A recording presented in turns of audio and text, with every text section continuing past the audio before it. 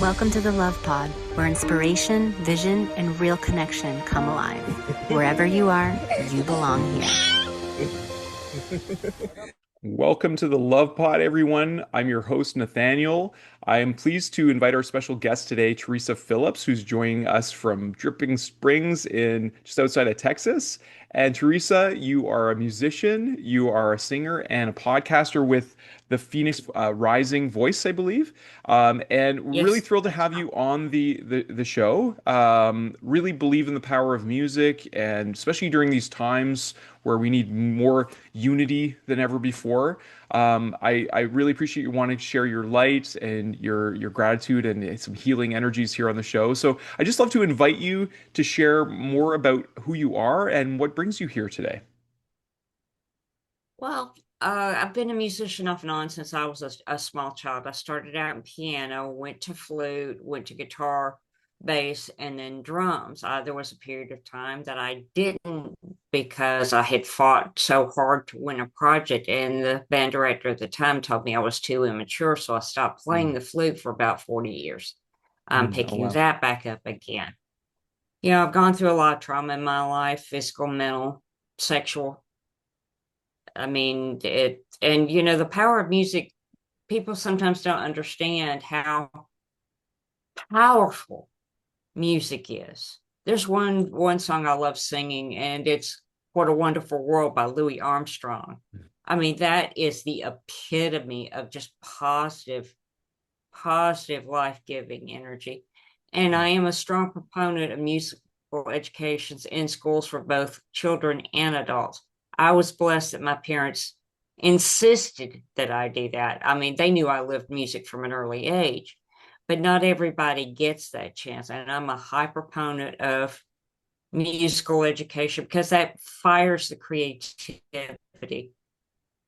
I've seen kids in school just gravitate to music classes because it Mm, does give them so much of a confidence. I mean, it's a way of self-expression, mm, regardless of what instrument you play. So that's yes, something I've always believed in, is being a musician. that's beautiful. No, I appreciate that very much. I remember when I took Julia to go see a John Lennon John Lennon tribute band, and I went into this guitar store, a musical store, I guess you could say, in this town that bordered two provinces in the state of New York, and the guy said every year this town, called Cornwall, they have a musical festival. People come from all over the world. It's an international music festival, and what he said was so interesting is that you had people, all these speakers would come into the store and would be on the stages, and many of them did not speak a word of English, but they'd get on the stage and they just plug in their instruments and they would all jam together, and they would have this really beautiful, you know, unique sounds of music coming that were this eclectic, from all these cultures and voices. And it really struck me at that, moment, that music store owner sharing with that how powerful music is as a uniter of people. I really feel like it's the universal language. So how has music really helped you? I hear that you've been through a lot of trauma yourself, and so there's sounds like healing that you've been through. And how has that helped you to grow as an individual and also to help others through your music? Well, my music has always been one of my passions. I mean, I can remember music helping me through a lot of hard times. Queen saved me off the 1980 album. I was going through a bad time then. That was about the only thing that kept me sane. Mm, And I've noticed over the years that if I start singing or I start playing something, especially when I'm having possibly a flashback, it soothes it. It's like, wait a minute, that's not really who you are.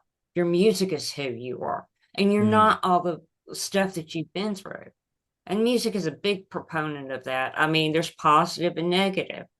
I'm like singing more positive songs, more upbeat songs. I do still sing some of the, ones that are sad, but music to me can verbalize what I can't sometimes because there's a lot of things that you just cannot put into words, or mm, somebody else can, but you can't because you're either A in it or B reliving it.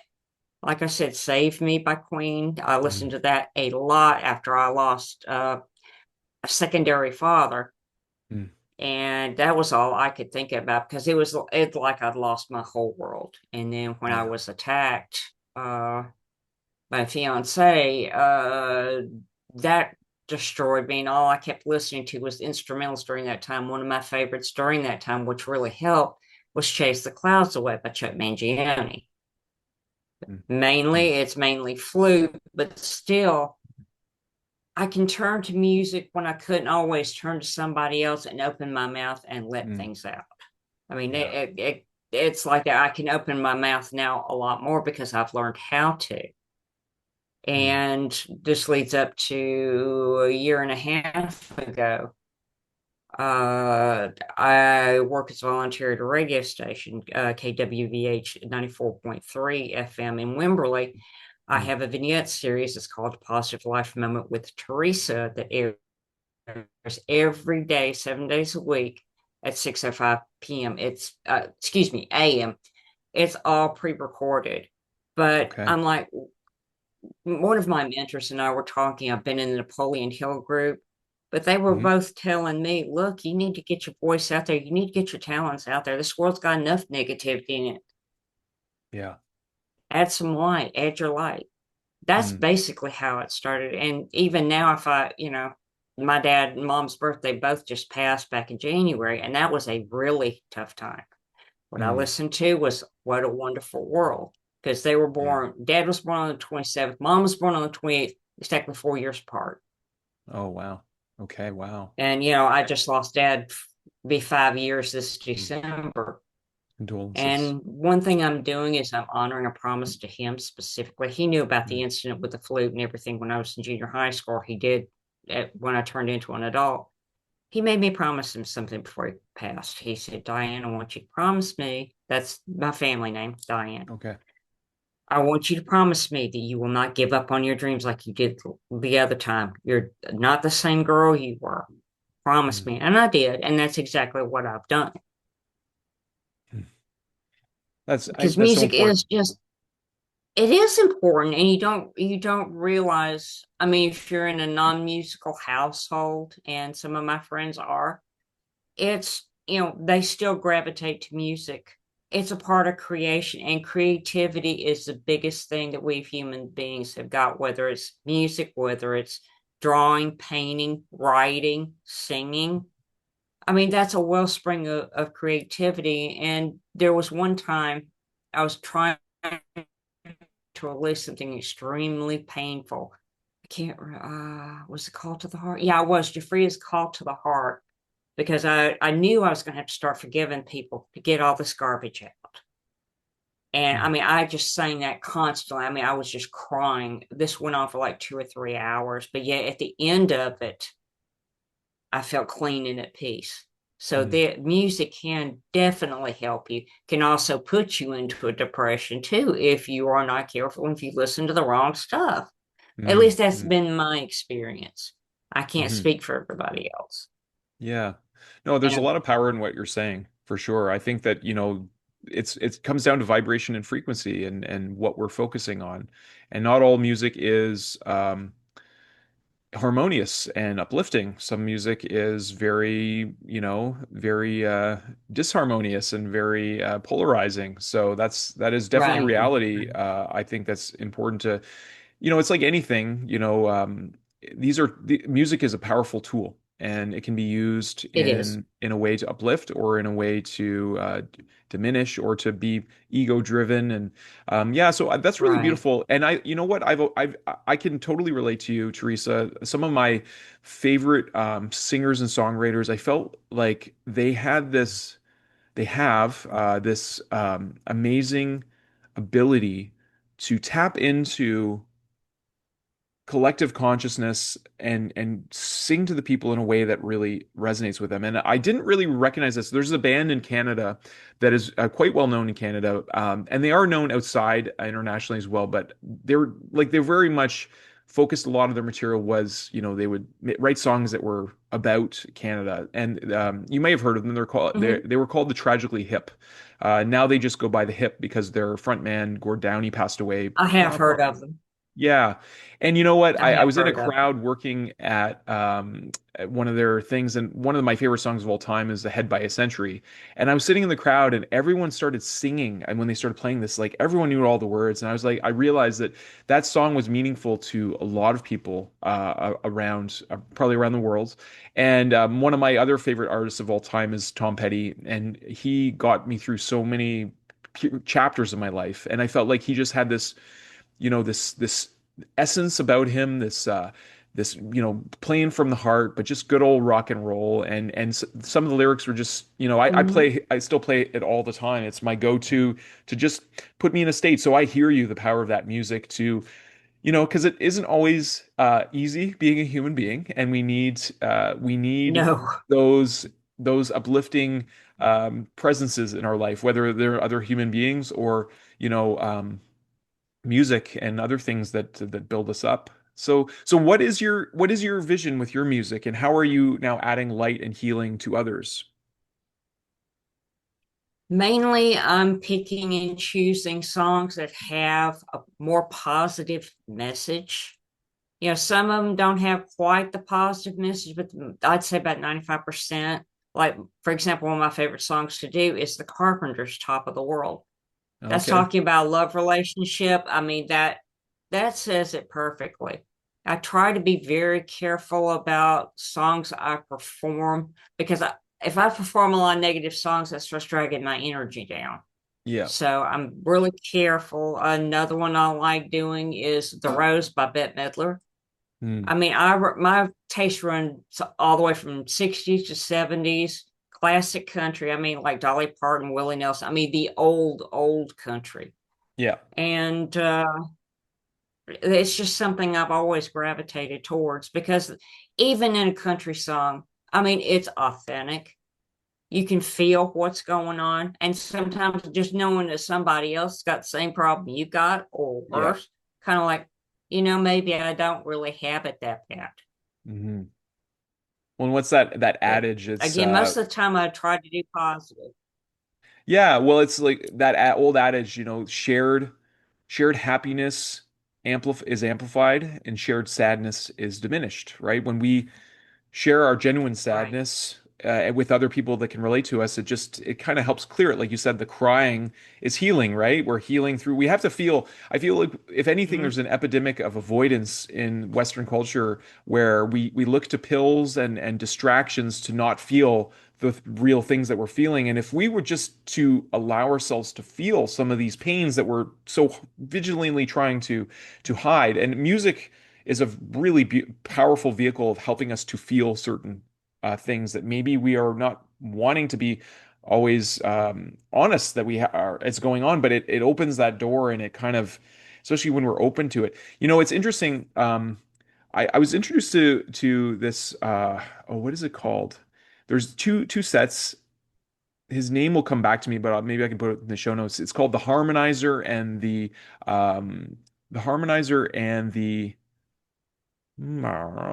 I'll forget. It'll come to me at some point. But he talks about listening to music in the soundtrack, and it's all about like somewhat similar to like binaural beats and the power of sound and synergies.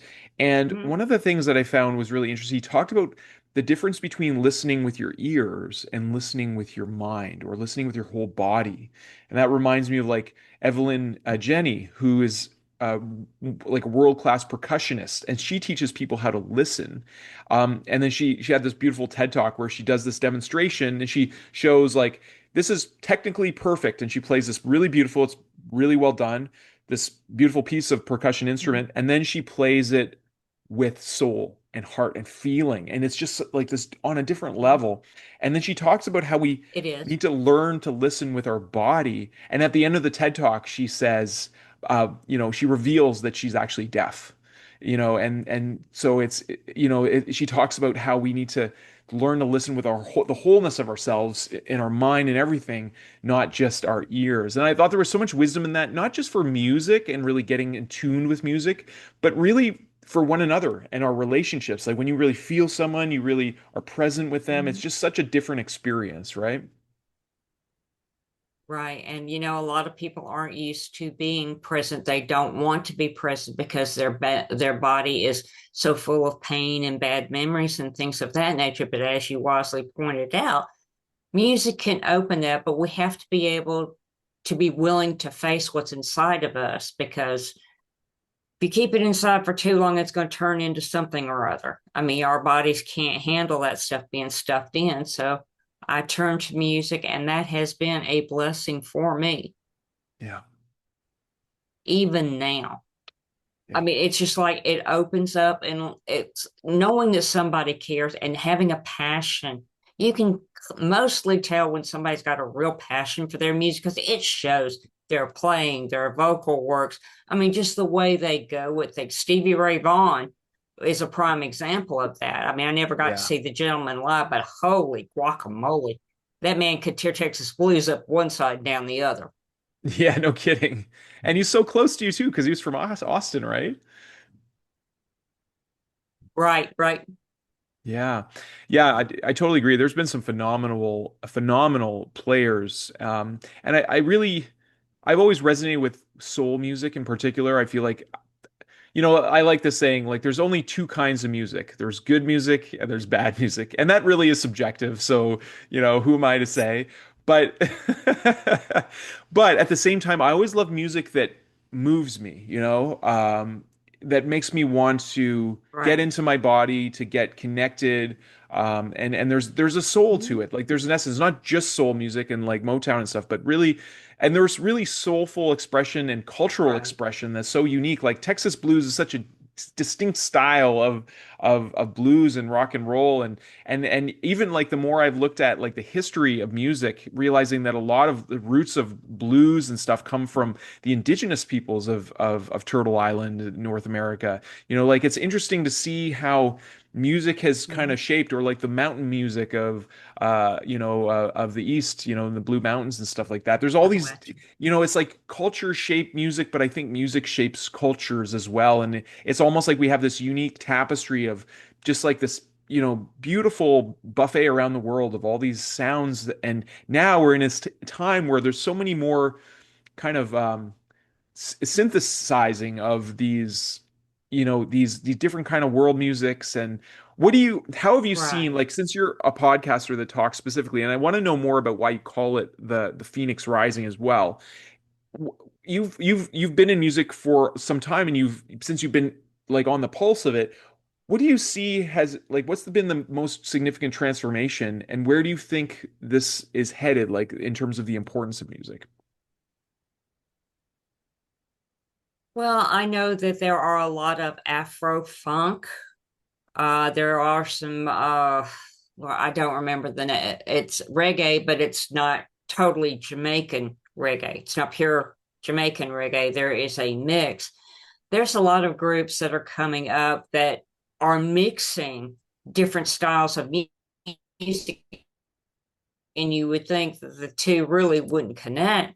They do, and it shows all the creativity that you're not willing to be stuck in, say, like one style, like say, just all right, I'll say 70s rock and roll.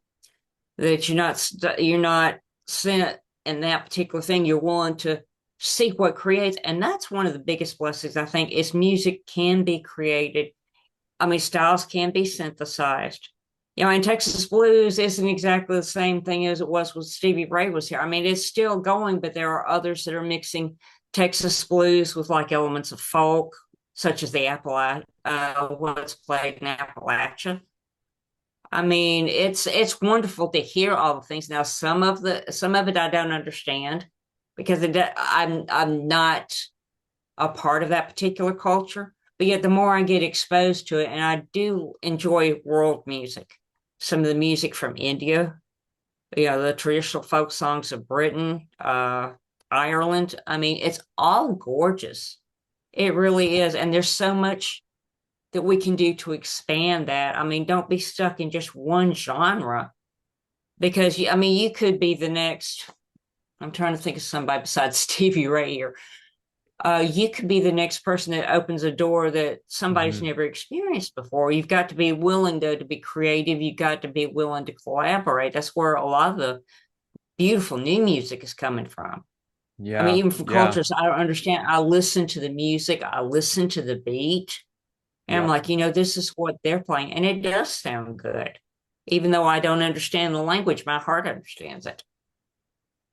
So true. I hear you. Yeah, it does like again, it's that universal language. I actually was just on a call with our good friends. I'm gonna have to send you their stuff. I don't know if you can just play whatever you'd like on your show, but it's this healing music uh of a new earth. When I listen to, and what's so beautiful is they're a family band, so they just released an album that is all about mantras for a magical life, and it's just fantastic. They were just on our show Ooh, actually.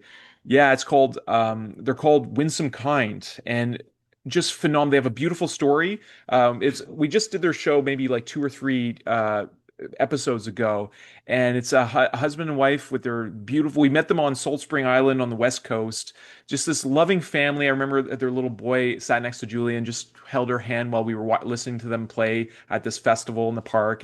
And the first time we saw them, Leora was nursing her newborn while playing the melodeon, and he was playing guitar. And just I feel like there is this new wave of music that's coming through to really call forth this awakening of our species, and I appreciate your voice, and that's why I'm curious about Phoenix Rising and why you chose that name, Teresa. Can you talk more about that? I've always been attached to the Phoenix since I was a little girl. I've always enjoyed the myth, but it's not really a myth if you think about it. I mean, the Phoenix is the only animal that can't be killed. I mean, it'll burn itself up on a funeral pyre and then rise right back up out of the ashes again to live for another Mm, specified amount of time. I've always felt comfortable with that resonance. mm, And when I started looking at images, the image flashed in my mind of a totally golden phoenix mm, rising up out of the ground. And mm, that's exactly where I got the Phoenix Rising. Now, the Phoenix Rising wisdom of the heart, I got that because those podcasts are not scripted. They're not mm, edited. I mean, it's just me talking, whatever, whatever's on my heart and mind. I'll usually meditate before and then I'll ask for a subject and I'll talk for either 15 or 20 minutes or sometimes less. But I mean, mm, I just pour out what my heart is saying and hopefully it will resonate with somebody. Sometimes mm, I've been known to get a little crude. The wisdom of the heart can mm, be as scary as Kilauea erupting, or be just as gentle as a river stream. And mm. every point in between, that's just the wisdom of the heart. The wisdom of the heart is not really what I would call tamed by Yeah. any stretch. The true wisdom of the heart is going to be Mm. all over the place. I love that, Teresa. Actually, it's so inspiring. It's funny. I there's so much here. So I really appreciate talking with you. The heart, to me, so my background is actually in Indigenous wellness, and I've had a very inspired journey. I've had multiple experiences of, I would say, divine grace come into my life, and I've always been a deep contemplator, and the heart to me has been this very important symbol. And as I was sharing before the show, when I first met Julia, she gave me a book, a children's book. She knew I was interested in helping the children of the world, especially using my creative talents to do that. And she gave me a book called I Am Love, and in it she said she called me her golden phoenix. This was our first date. We had not met before. We've just met through a mutual friend. And so you talking about this and the wisdom of the Divine heart, works in mysterious ways. it does, it Divine works in does. mysterious ways. Yeah. And the heart, to me, I realized long ago, like one of Christ's teachings was about heaven. And I feel like it got misinterpreted along the way. Like he was talking about something that was near and now. He wasn't talking about something you have to die to go to a special place that is heaven. He never said that. And Mm-hmm. I was thinking of those words, like we live in a very kind of backward society in a way, like we were talking about pushing away feelings, and we like to have our Mm-hmm. possessions, and we like to talk about how much we earn, and those two words, earn and own, are when you take the horse and put him before the cart, it's just like the state of heaven. It's near and now. And I realize Mhm. this is the same thing with our expression of what we call in English, in the West anyways, we call it Mother Earth. And it's interesting because why do we call it Mhm. Earth? Why do we call it Earth? Like it's much more water than it is Earth. I mean, we have the skies and we have the plants, and Earth, like soil is probably like, it's much less than all those other things. And there's all the diversity of of biological life on our planet. It's a marvelous planet. To call it Earth is a very interesting thing. And yet, if you take the H, like you put the horse before the cart, it's heart. And in it's Mhm. in my journey, listening to elders from all over the world, from different indigenous cultures, and I do believe we all come from an indigenous culture, whether it's Irish or it's African or Maori or anything. We all come from a culture of the earth, of the land, and almost all of them have some level of drum. And it's, in a lot of indigenous cultures, they talk about that heartbeat of Mother Earth and how important it is. So it's that connection to music, but it's also that connection to that rhythm. And it's the rhythm, it's the first sound that we're exposed to for the first 9 months that we're developing into our body, right?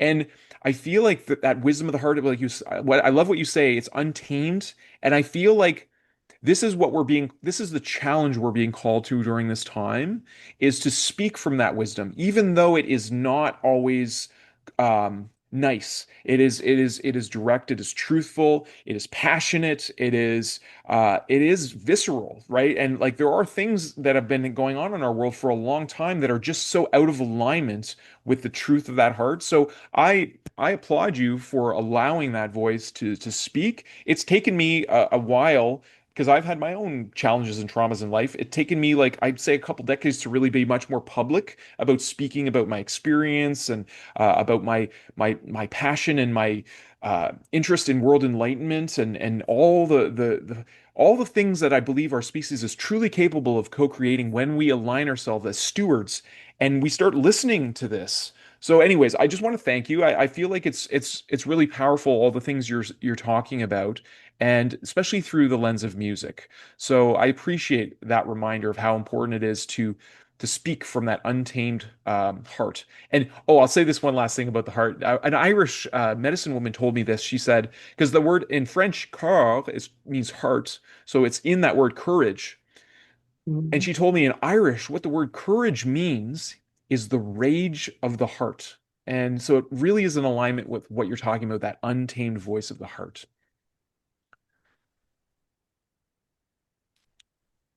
Yeah, that's very true. I mean, I've heard a lot of the elders speaking, and this is a time where we really need to come together as a cohesive whole. I mean, put differences aside or respect differences.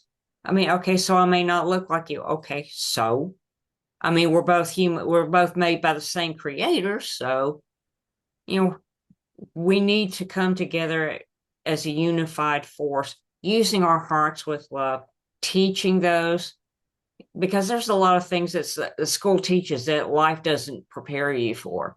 Mm, And it would be nice to have communities that are built upon music, upon healing, upon teaching. I mm, mean, it takes a community to raise a child, I believe I've heard, and that is very true. But as yeah. far as music goes, I will always be a supporter of music. I mean, it's made my life different and Mm, better. I don't know whether I would like my life without the music in it. I mean, it's just become so intertwined with me. yeah. Okay, so haven't played flute in 40 years. I'm learning to play it again. I'm relearning these instruments that I stopped playing. That it makes me feel better. And also, if I do decide to join a band or something like this, I could be a multi-instrumentalist. But again, as I said before, and I'll say it again, I am very emphatic about music education for children and adults Mm, because I've seen the growth that comes, and I yeah. remember my own growth. Yeah. You just can't put a value on that. It's Yeah. priceless. Yeah. I really appreciate what you're saying about communities, Teresa, and I feel like I'd be doing you a disservice to not tell you about my experiences lately, because Lightheart Vision at its core is a profound education association, but it's really focused on building conscious bridges between communities. When Julie and I first met, we launched into the unknown several times. We left the nation here because they were closing the borders for people who were um, un who were un unobedience, I guess you could say, with respect to Right, the right. injections, and so we left, and we just felt like there was something better for us, a better life, and we met so many wonderful people. And then when we ended up do coming back, we went again out west, and that's when our daughter was born, and we went really intentionally with this question of like, what's a conscious community? And what can we do to contribute to conscious communities and build some of these bridges? We found one community as an example that they live like bees. Every morning and every evening, they gather around in circle. They have dances, and they play live music. And they are founded on religious principles, but they don't consider themselves Christian. They don't consider themselves Jewish. They live by what they say is the teachings of Yeshua, and they try to be that. And it's really interesting because they're restaurateurs. They have restaurants all over the world. They call themselves the 12 tribes of Israel. And they're beautiful people. And we learn so much. We have like lifelong friends with them. Um, to us, they're an example of what's possible. We don't have the same fundamentalist beliefs. So to us, it wasn't like that we wanted to just give our lives to that style, but we do see this awakening happen. And also in the last 3 or 4 months, I found school, SKOOL. You talk about how people don't like school, and I think this is why people haven't really heard or really looked into what school is. But people, I think, assume it's an educational platform, but it's actually a community platform, Teresa. And I was just talking to my friends Winsome Kind and Mhm. Scott Leora about the potential of them opening a school, because school is designed that people can live their passions, whether it's music or the arts or bowling, even like anything. And you can create a community that can create beautiful money that helps with your mission.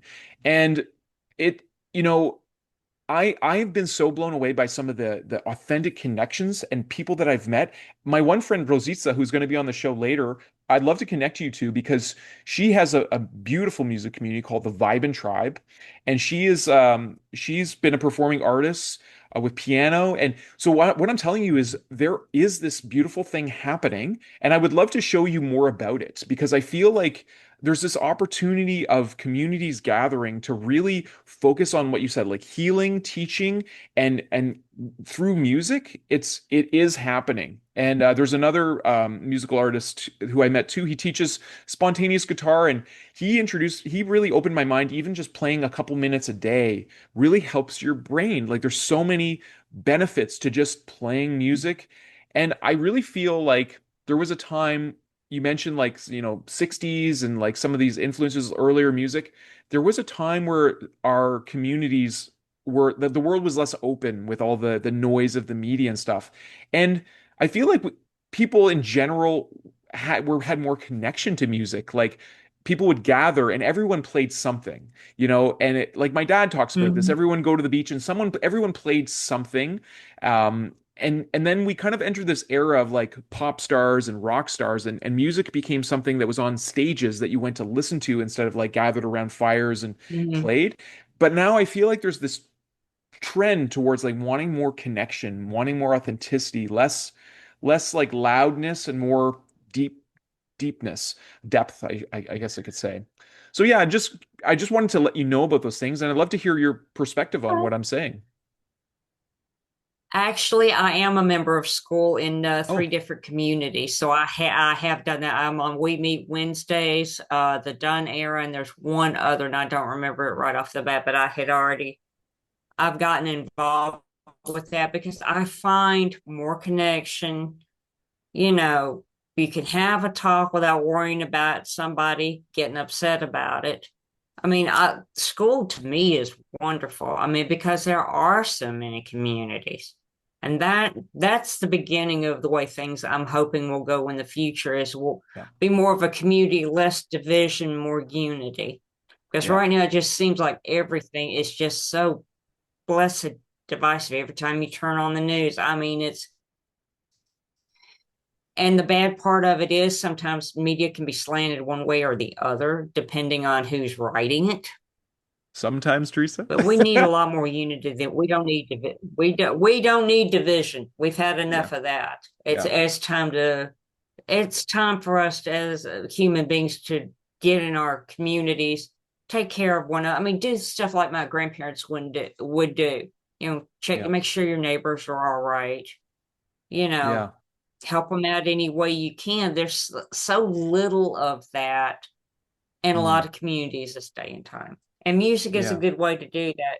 Having a I agree. community like school is definitely the other. And I'm thinking about starting my own school in in a couple of months. I'm Well, thinking about it. that's so interesting because that's actually what I do.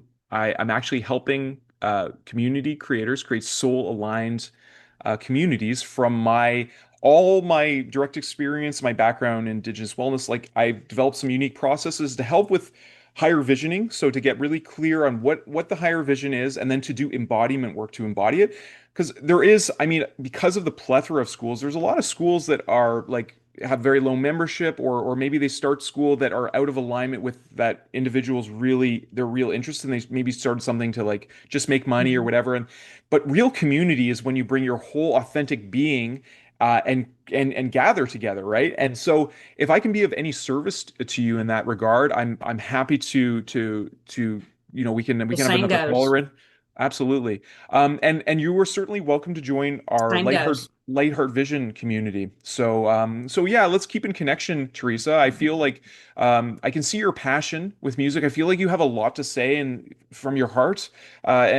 These voices are really why we're doing the Love Pod is to amplify voices like your own, to get more to just amplify our voices. And I have a question at the end of the show to ask you, which is exactly based on that. So here you are, you see the value of communities, you're a regular podcaster and you have a radio show, you're sharing the power of music, especially uplifting music. What is what is your like why that really ignites you in doing this every day? Like is it down to the simplicity of just wanting to help your neighbors like you mentioned, like doing whatever you can? What Wanting to really help gets you my excited? neighbor. Yeah. It gets me excited because there's a lot of people that I know of that have gone through a lot of the same things I have, whether it's Mm. trauma related or otherwise. And my viewpoint has always been if I can make a difference in at least one person's life, then my life will not be wasted. And Mm. it gives me the passion because I know for a fact that people have gone through that. A Mm. lot of the same things I've been through. Unfortunately, in this society, that seems to be prevalent, and some of these happened way back in the 60s, but still, I Yeah. want to help somebody else live a better life than what they could have lived dealing with the trauma by on their own. Yeah, actually, really speaks to my heart, Teresa, because like we decided before we were knew we were having Luciana that we wouldn't put our children in any institutions, and my eyes were very opened.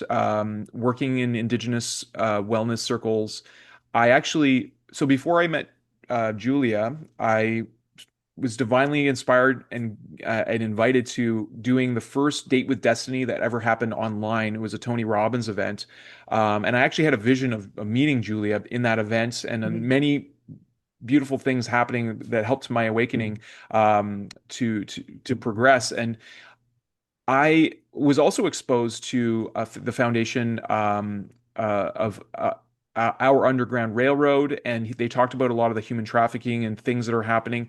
And we've been exposed as a society. We are much more exposed to the prevalence, like you say, of child abuse, sexual abuse, human trafficking, all these things, and it just when I found that out, it makes me so angry because I feel like this is actually one of the underlying reasons why our world has become so disordered. It's like that innocence has been taken, that can shut down a child's whole life, like their purpose, if they don't, if they're not given the proper tools. So, when I found that out, I started contributing to that effort, and then I started talking to the elders that I knew in my community.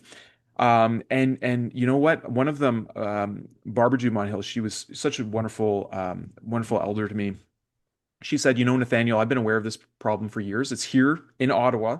And part of the problem is it's a lot of upper level people, like, lawyers and doctors and things, that are often involved. So that's why it's like it's turned a blind eye to it. And she gave me some like tools, because I was running an Indigenous student center at the college. She gave me some tools to like help students be more aware of some of these predators and stuff out there.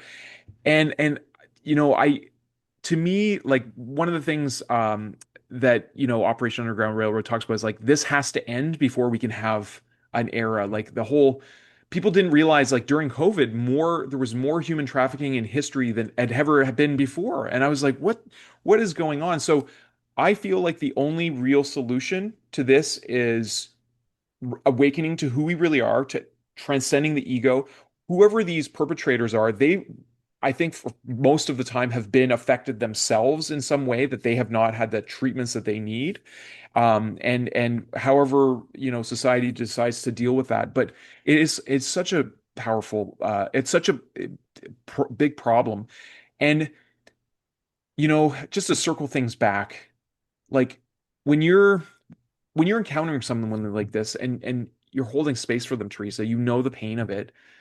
How can you guide them to start using something like music to really go within, so that they can, at least heal from that and move forward?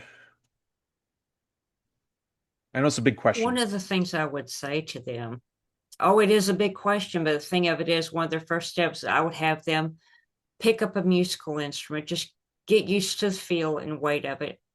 Like if I had a native drum, have them put their hands on it. I'd have them I'm like, just do what feels comfortable to you.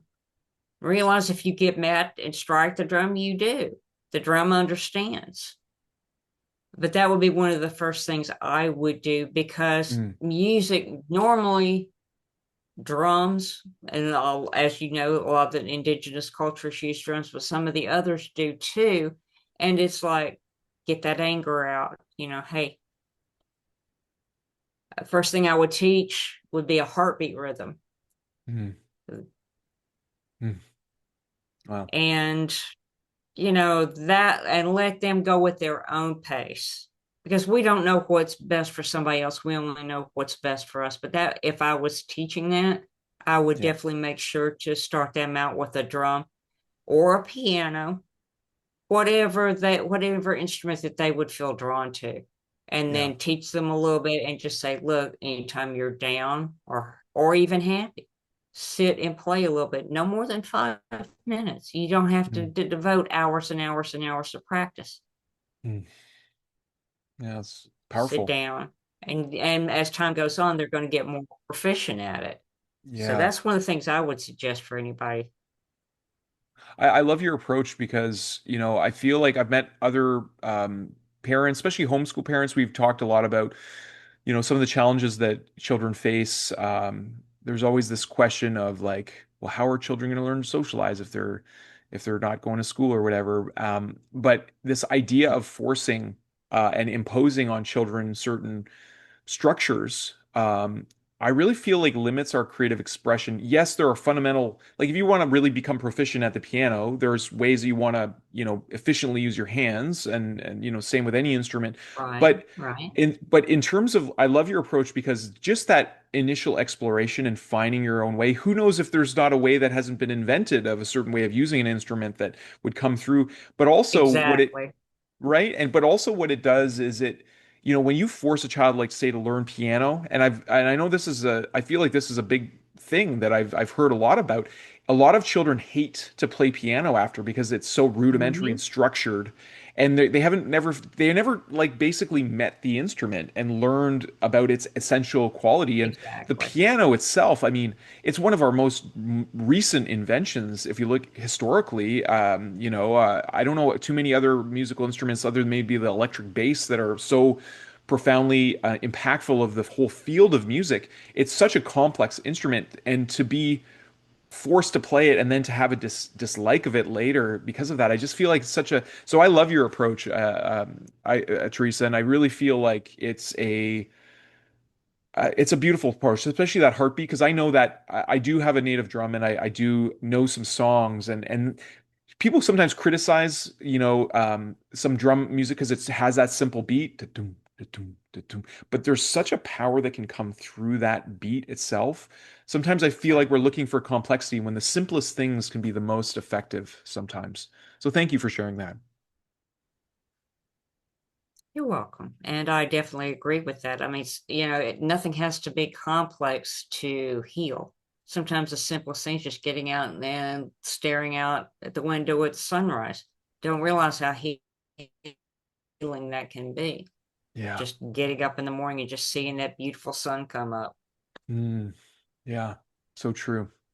There's miracles abound in our experience. I actually feel like we are walking miracles, and we've normalized the miracle of life and all the miracles that we encounter along our journey just from that conditioning that we have done. And I feel like a lot of it is, back to what you were saying about the divisiveness, the use of media to cause alarm in the people, to cause this feeling of fear, because, it is known that fear gets our attention more than loving things, because it puts us on edge and it brings attention to it. So I too have my highest wish for humanity is that we do gather in community all around the world and recognize, like, the root words of community to me are communication and unity. And when we recognize that not only are we one as brothers and sisters, but we're also one with Mother Earth, we're one with all creation, and there is no real divide. It's only in our mind that we believe there is a divide between us, and we create conflict when we believe that we're separate and divided from one another, and that there isn't enough to go around, and all those beliefs that I think are just out of harmony. And when you talk about, like, speaking from an untamed heart, I feel like that's where my passion is. It's basically like yelling at someone to wake up with all the love that comes from it. But it's painful. I've heard this sentiment before. For an enlightened being who is here in body with just pure love for everyone, it is painful to be around. It doesn't mean there's suffering, but there's a pain involved in seeing the suffering of others. And you just want to yell at everybody, like, you don't have to live like this, right? And I feel like there's been so many masters, and to me, Christ himself has been the most profound example of this, and his last few actions of, like, flipping the tables, just showing that we're causing suffering to other beings by needing to sacrifice and burn their things, when really we could be rejoicing in the abundance and the true beauty of creation, and really that love is what's real. And I feel like it's at the heart of all good that really good music that really hits us there. It's just pure love. Like, it's just, I can't put it in any other ways, in any other words, but I'm sure you can, Teresa. I actually, yes, I can. I mean, you can pretty much tell when a musician is solid. I mean, there will be something about their playing, there'll be something about their presence, and you will know when somebody is on fire for themselves and their music. Mm, I mean, there's no way you can't tell it. It's yeah. visible to everybody. Yeah. You've really inspired me, Teresa. I feel like this was a serendipitous conversation because I've been a little bit away from my music, to be totally honest with you. I just played my own inspired music on guitar, and I sing, and I love to sing, and I love making. To me, everything has music. You can find it in everything, right? Like, and um since having our daughter and coming back to a place, a town that I don't really feel so much belonging here. It's a government town, and I'm not a city guy. I'm a country boy, and I always love being in nature. If you saw me on my off days, I'm barefoot in the forest and just admiring all the beauty of nature. And um, And so I really appreciate this conversation because it reminded me how much it's important for me to share my voice and to share my songs with the world. And I was on a call yesterday with a mentor, and he brought up something like we don't have much of like he said you have no audience. It's not true that we have no audience. We're developing our audience and we're expanding it more and more. But he said it in a way like I don't have a million people listening to me, and I feel like it made me angry because I realized like I have something important to share with the world, and I'm getting a little welled up here talking about it because I feel like there is that passion in me that comes through especially when I play my music and when I sing. So I just want to thank you because I feel like one of the greatest gifts is when you can ignite someone else with your spark. And I feel like you've given that to me today. So I wanted to give you a voice of amplification, but a lot of my passion has come through on the show. So I really appreciate you bringing your presence onto the Love Pod. I appreciate being on here. Thank you so much. You're also igniting another spark in me. So I mean it's mutual. Okay. Beautiful. Beautiful. Well, Teresa, I always love asking people this one question, but before I do, and we'll put it in the show notes as well, can you let our audience know how they can connect with you, how they can find you, and yeah, all of that information, just in case they're just listening? I connect. My website is https Golden Phoenix VoiceWorks, but the last word is spelled Okay. WERX.com. That's the Okay. quickest way that they can catch me because I'm usually on the email multiple times a day. Okay. So Golden Phoenix Voice Works WERK. Or is it, yeah, X. sorry, WERX. Pardon me. Pardon me. So Golden Phoenix Hey, it Voice Works happens. It happens. WERX. Okay. And we'll put that in the show notes for everyone as well. So that's wonderful. Thank you so much, Teresa, for coming on. I'd just like to ask you before you go, if you had a megaphone and you could talk to the whole world all at once, um, and everyone could hear you, what would you like to say to the world? Love yourselves, be yourselves, let your creative spark out. Don't Mm, smother it. Live uniquely. That's what mm. I would say. That's such a beautiful and profound message. Thank you so much. Really appreciate you, Teresa. Unless you have anything else to share, I'd like to invite our daughter, Luciana, to come and say thanks for watching, everyone. For watching. Thank you for watching. Say have a great day. Have a great day. I love you. I love you. See you soon. Soon. Hey, bye. Bye, Joe. Mwah.